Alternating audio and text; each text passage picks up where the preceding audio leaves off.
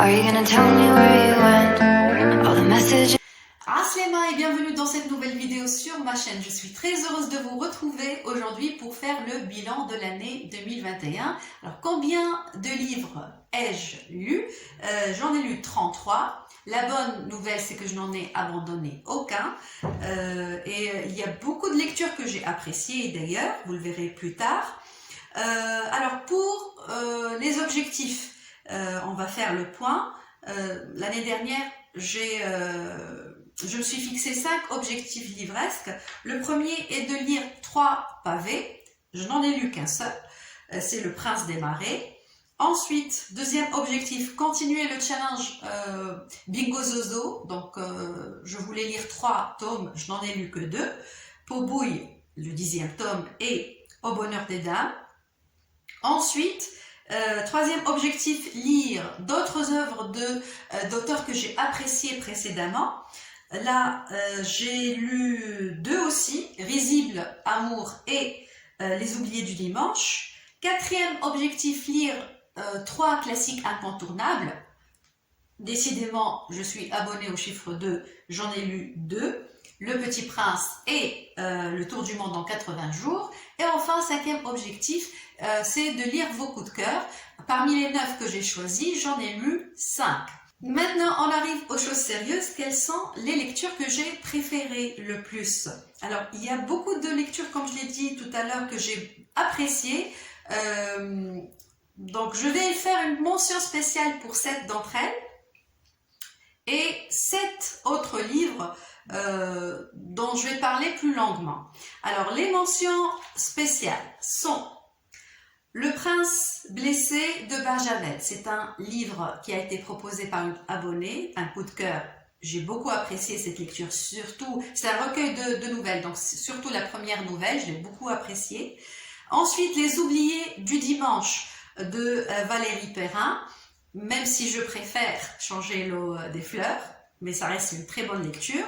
Rivage de la colère de Caroline Roland, donc c'est une auteure que je viens de découvrir là. J'ai passé un très bon moment de lecture avec son livre qui parle de la situation des Chagossiens, mot que je ne connaissais pas du tout. Ensuite, quatrième mention concerne Risible l'amour de Milan Kundera. Ensuite, Et je danse aussi de Dan Bondou et de Jean-Claude Mourleva. Le Tour du Monde en 80 jours de Jules Verne. Et enfin, Au Bonheur des Dames de Zola.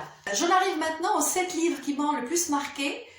Et aussi, il y en a certains qui m'ont le plus étonné. Je ne pensais pas du tout les mettre dans ma sélection. Et pourtant, le premier en fait partie. C'est Un gentleman à Moscou d'Amor Towles. C'est le livre avec lequel j'ai commencé l'année.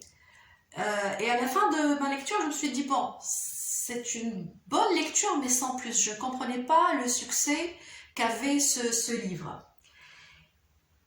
Et 12 mois après, je me rends compte que je me souviens encore très bien de l'ambiance de ce roman, de l'ambiance feutrée de ce roman, et des événements et du personnage principal qui est le comte Alexandre Rostov. Et il n'y a pas beaucoup de livres qui vous marquent autant, je crois, et ça m'a rappelé la chanson comme une pierre que l'on jette dans l'eau vive d'un ruisseau et qui laisse derrière elle des milliers de ronds dans l'eau. C'est exactement l'effet que m'a fait ce livre. Alors, de quoi parle ce roman? Et ça se passe bien sûr à Moscou, et il nous parle du comte Alexandre Rostov qui va être condamné par un tribunal bolchevique à vivre en résidence surveillée dans un luxueux hôtel, c'est le Métropole. Et il va tisser différents liens avec les personnages qui passent par cet hôtel ou bien qui y travaillent. À travers ce microcosme, on va vivre durant 30 ans les grands événements vécus par l'Union soviétique. Ma deuxième meilleure lecture, c'est le 10e tome de la saga des Rougon-Macquart, Peau bouille de Zola. J'ai fait une vidéo sur ce roman, pas la peine d'en parler plus, donc je vous laisserai le lien en barre d'infos et c'est ma meilleure lecture de l'année. Ensuite, troisième lecture, c'est aussi un classique sur lequel j'ai fait aussi une vidéo, La ferme des animaux de George Orwell. Ça parle de révolution, ça parle de dictature, mais n'ayez pas peur, c'est très accessible, c'est un tout petit livre et il vous permet de comprendre des notions assez complexes à travers une histoire assez simple, mais pas simpliste. La quatrième et la cinquième lecture, je pensais pas du tout les mettre dans ma sélection.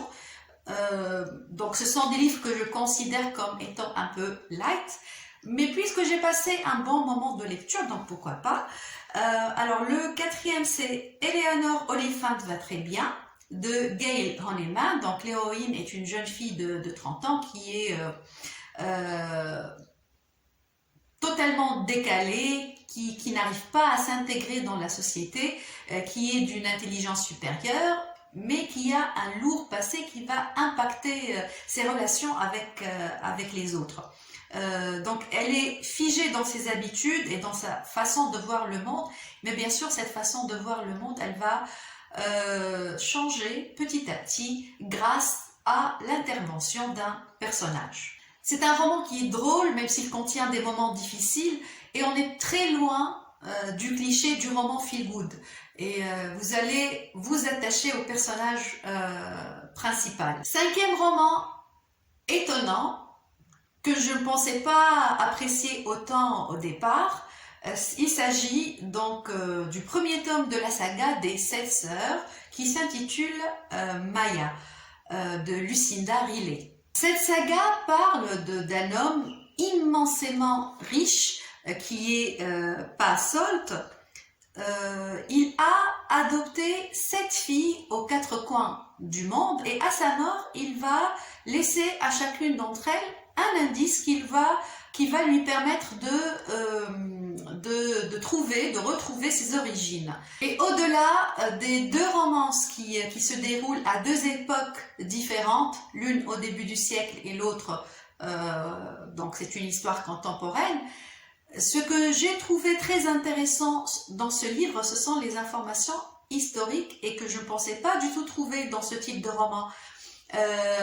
J'ai appris énormément de choses sur la construction de l'une des 7 merveilles du monde moderne. Il s'agit de la statue du Cristo, que vous connaissez très bien, qui est l'emblème de la ville de Rio et du Brésil.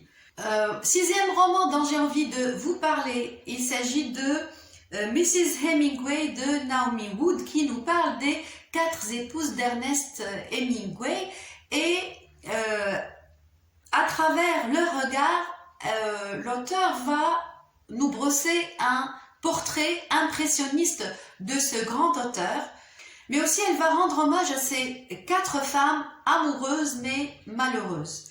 Donc on va commencer le roman avec un jeune homme qui n'a pas encore écrit son premier roman, en passant par la Floride des années 30 pour arriver enfin à la fin du roman avec un vieil homme dépressif et alcoolique mais qui continue à attirer les femmes comme un aimant.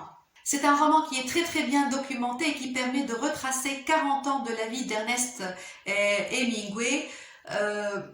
Une chanson pour définir ce roman, ça serait « Les histoires d'amour finissent mal » en général. Enfin, je termine cette vidéo avec l'énorme Le Prince des Marais de Pat Conroy. Énorme dans tous les sens du terme, que ce soit par son volume ou par son contenu. Donc c'est l'histoire de Tom, un ancien prof de littérature et également ex-coach sportif, donc de football américain. Donc il va venir en aide à la psychanalyste de sa sœur. Sa sœur a tenté de se suicider et donc sa psychanalyste a eu besoin de l'aide de Tom pour démêler le passé de sa patiente. Et donc à travers le récit qu'il va faire de leur enfance et de leur jeunesse, en fait il va faire sa propre thérapie.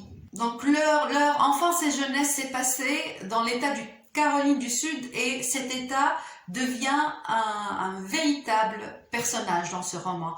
L'auteur en fait une description magnifique. On voit, je ne sais pas s'il est originaire de cet état, mais on voit l'amour qu'il ressent envers la Caroline du Sud, et cet amour, il va nous contaminer. C'est aussi le récit de l'incroyable lien familial et de la complicité qui unit Tom à sa sœur Savannah et à son frère Luc. Il nous raconte leurs péripéties, leur douce folie. C'est une histoire familiale qui est mouvementée, qui est tragique, qui est marquante, qui est racontée d'une façon magistrale, et les personnages sont d'une complexité incroyable, qui sont très attachants. Dans ce roman, il y a des phrases vraiment très percutantes qui sont marquantes. Tu refermes ton livre et tu restes là à méditer pendant quelques minutes.